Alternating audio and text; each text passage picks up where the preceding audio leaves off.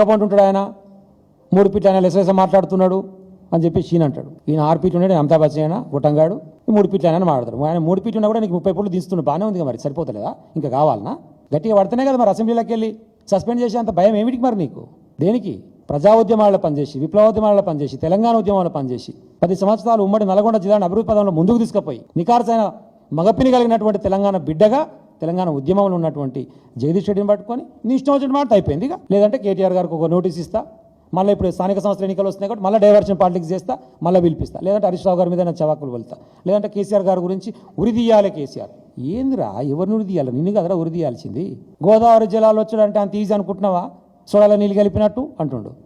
మరి మేము తీసుకొచ్చినాం కదా, 5 సంవత్సరాలు ఇచ్చినాం కదా, మరి అంటే అంత కష్టమైన దాన్ని మేము చేసినా నువ్వు ఒప్పుకుంటున్నట్టే కదా. వాస్తవమే మరి, గోదావరి జిల్లాలో తీసుకొచ్చి చాలా కష్టం. ఓటుకు నోటు కేసుకు సూట్ కేసు మోసినంత కష్టం, చాలా కష్టం ఉంటుంది తీసుకురావాలంటే గోదావరి జిల్లాలో. ఇంకో మంచి మాట చెప్పింది నిన్న, ఎక్కడ పోయినా సరే మా జిల్లాల ఎస్ఐలు సిఐలు అంతా నల్గొండలో కనబడతారు, ఇక్కడ బాగుంటారు, డిఎస్పీలతో సహా పోలీస్ డిపార్ట్మెంట్ నల్గొండలో బాగుంటారు అని చెప్తుండు. 100% వాస్తవం. ఎందుకంటే ఈ లంగగాడు ఓటుకు నోటు కేసులో దొరికినప్పుడు పట్టుకున్నలు కూడా నల్గొండోళ్ళే, ఎస్ఐ డిఎస్పీ. అందుకని ఆయనకు బాగా గుర్తుకుంది. అది ఒక్కటి మాత్రం కరెక్ట్ చెప్పింది.